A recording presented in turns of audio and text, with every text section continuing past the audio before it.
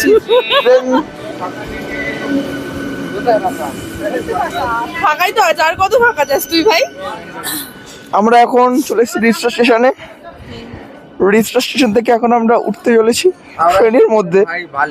আমার গলা থেকে কোনো আওয়াজ বেরোচ্ছে না, আমি রিয়েলি সরি, কারণ আমার গলার অবস্থা খুবই খারাপ। তো আজকে আমরা যেতে চলেছি মৌসুমী আইল্যান্ডে। ছাপড়ি বললাম এ তোরা চুপ কর, আমি একটা ব্লগ করছি, দাঁড়িয়ে ছাপড়ি ছুপড়ি করে যাচ্ছে। আবার টেকনিক তো 3, 2, 1। হ্যালো গাইস, তো আজকে আমরা যেতে চলেছি মৌসুমী আইল্যান্ডে। তো সবার প্রথমে আমরা রিসা থেকে ট্রেন ধরে এখন যাচ্ছি বালির দিকে।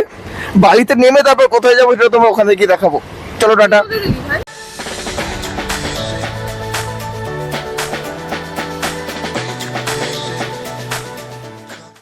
হ্যালো গাইস, সো আমরা এখন চলে এসেছি বালিহাল স্টেশনে। এখান থেকে আমরা রওনা দেবো শিয়ালদার জন্য।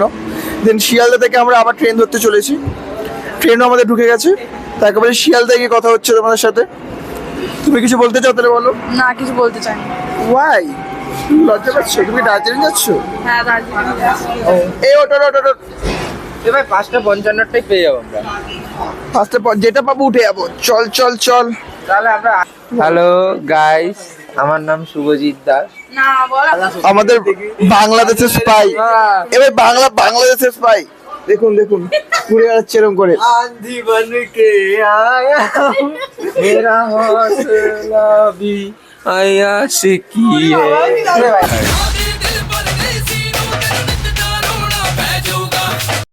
হ্যালো, ইয়েস, সো আমরা এখন শিয়ালদা স্টেশনে পৌঁছে গেছি। আমাদের এখান থেকে 7:14 ট্রেন আছে, তো আমরা ওটাতে উঠবো। আমাদের একটুখানি চা আর কিছু ব্রেকফাস্ট খাবো, তারপর এখান থেকে আমরা বেরোতে চলেছি। দেন একটু আমরা কফি আর কিছু স্ন্যাক্স আইটেম ব্রেকফাস্টে খেয়ে আমরা একটা রিলস বানানোর চেষ্টা করলাম, বাট সেটা আর সাকসেসফুল না হওয়ায় আমরা উঠে পড়লাম ট্রেনে শিয়ালদা দিয়ে নামখানার উদ্দেশ্যে।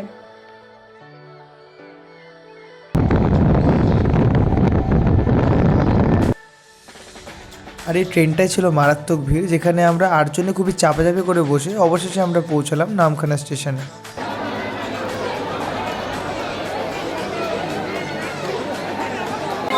বাপরে বাপ, এখানে আমাদের শিয়ালদা দিয়ে আসতে মোট প্রায় কতক্ষণ লাগলো? 3 ঘন্টা প্রায় লাগলো। 3 ঘন্টা। কখন উঠেছিলাম আমরা? 7:14 সময় ট্রেন ছেড়েছিল, হ্যাঁ, 7:14। আর আমরা এখন এসে পৌঁছালাম 10:30 নাগাদ। কত?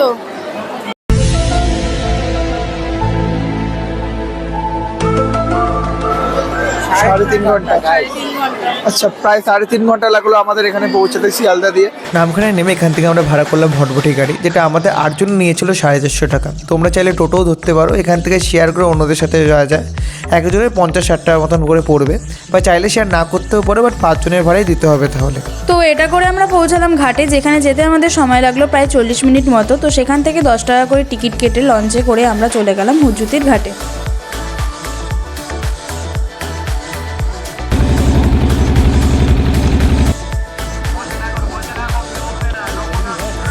তো এইবারে পৌঁছে আমরা উঠে পড়লাম টোটোতে। তো আমরা 4 জন করে 2টো টোটো নিয়েছিলাম, বাট ভাড়া 5 জনেরই দিতে হয়েছিল। একজনের 35 টাকা করে, একটা টোটো 172 করে পড়েছিল। দেন অবশেষে এখান থেকে আধ ঘন্টা পর আমরা পৌঁছালাম আমাদের ক্যাম্পে, যেটার নাম হলো স্যান্ড ক্যাসেল বিচ ক্যাম্প। যেখানে প্রথমে পৌঁছেই আমাদের ওয়েলকাম ড্রিঙ্কস দিয়ে দিল একটা করে ডাব, যেটা খেতে খেতে আমরা আমাদের বাকি পেমেন্টটা ক্লিয়ার করলাম। আচ্ছা, তো এখানে তোমরা 3 রকমের রুম পেয়ে যাবে, white house, মাড house, deluxe room, এছাড়াও টেন্টেরও ব্যবস্থা আছে। তো আমরা এখানে নিয়ে নিয়েছিলাম মাড হাউসগুলো, যেটা পুরোটাই মাটির এবং খড়ের ছাউনি দিয়ে তৈরি। এছাড়াও এদের রুম অ্যান্ড স্পেশালি বাথরুমটা ছিল খুবই পরিষ্কার পরিচ্ছন্ন। সো এখানে এক একজনের থাকার খরচা পড়েছিল 1,500 করে। তার মধ্যে ইনক্লুড ছিল 4 বেলা খাওয়া, লাঞ্চ, স্ন্যাক্স, ডিনারের পরের দিনের ব্রেকফাস্ট। এছাড়াও রাতে তোমরা বারবিকিউ, কাঁকড়া, প্রন এসবও খেতে পারো, যেটার চার্জ আলাদা করে দিতে হবে। এবং এদের প্যাকেজের সমস্ত ইনফরমেশন ভিডিও ডেসক্রিপশনে দেওয়া রইল, তোমরা চাইলে চেক করে নিও। তো কিছুক্ষণ ঘুরে দেখার পর আমরা খেতে বসে পড়লাম। আর আমাদের আজকের দুপুরের মেনু ছিল ভাত, ডাল, আলু ভাজা, মিক্স সবজি, কাতলা মাছের ঝাল আর চিংড়ির মালাইকারি। আর সবশেষে ছিল চাটনি আর পাঁপড়।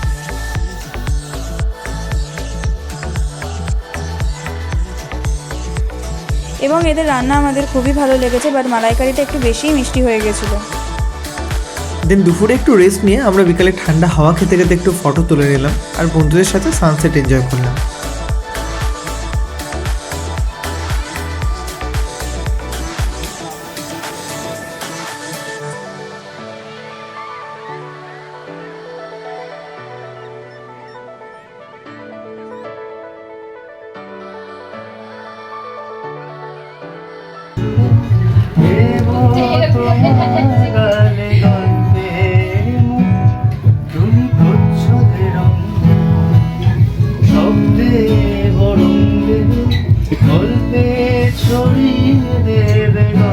দেন আমরা চলে গেলাম রুমে একটু গান বাজনা করতে, তারপর গান করতে করতে চলে আসলো চা, মুড়ি আর পেঁয়াজি, যেটা খেয়ে আমরা চলে গেলাম বারবিকিউ করতে।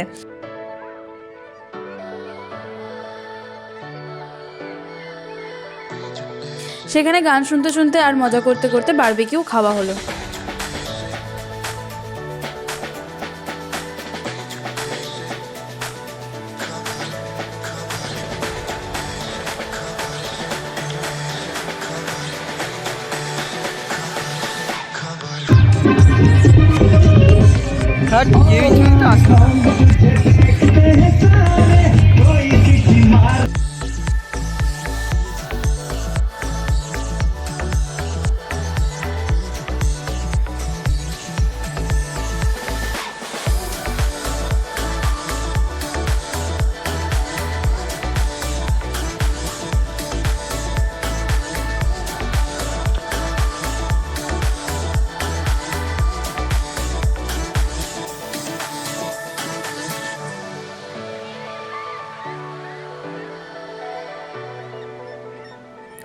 তারপর আমরা আবার চলে গেলাম ঘরে। সেখানে শুরু হলো আমাদের মেন গানের আসর, যেখানে যুক্ত হয়েছিল সেখানে ঘুরতে আসলে দুটো দাদা দিদি। তুমি কাছে তবু যে দূরে, কত যে দূরে ওরে বধুয়া, পরাণ যায় জ্বলিয়া রে, পরাণ যায় জ্বলিয়া রে।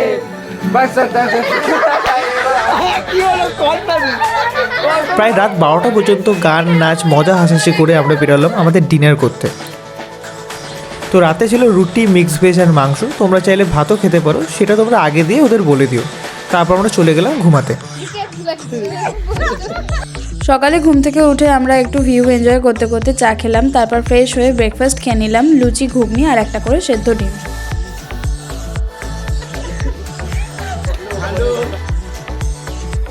দেন চেক আউট করে আমরা ব্যাগ রেখে চলে গেলাম বিচে, কারণ আমাদের ট্রেনের টাইম ছিল অনেক দেরি। আর তোমাদের জানিয়ে রাখি যে রুম দিয়ে সকাল 10টার মধ্যে সবাইকে চেক আউট করতে হবে, না হলে প্রতি ঘন্টায় 100 টাকা করে ফাইন। সো বিচে গিয়ে আমরা তুললাম প্রচুর ফটো এবং রিলস, যেগুলো আমরা একটা একটা করে আমাদের ইনস্টা আইডিতে পোস্ট করব। ওখানে টাইম স্পেন্ড করার পর আমরা বেরিয়ে পড়লাম বাড়ির উদ্দেশ্যে। এটা ঠিক সেই মুহূর্তটা যেটা আমাদের সকলেরই খুব অপছন্দের। এতটা সময় কিছু কাছের মানুষের সাথে এত সুন্দর মুহূর্ত কাটানোর পর আবার সেই একঘেয়েমি জীবনে ফেরাটা অতটা সহজ হয় না, তাও ফিরতে হয়। তোমাদের সবাইকেই বলবো, জীবন একটাই, জানি সবাই খুব ব্যস্ত, অনেক কাজ, অনেক চিন্তা, কিন্তু সময় ও সুযোগ পেলে চেষ্টা করো নিজের কাছের মানুষগুলোর সাথে, সেটা বন্ধু হোক বা ফ্যামিলি, বেরিয়ে পড়ো ঘুরতে। কারণ জীবনে এই ছোটো ছোটো স্মৃতিগুলো ক্রিয়েট করার মতো সুন্দর মুহূর্ত আর কিছু হয় না, যা সারা জীবন আমাদের মনে থেকে যায়।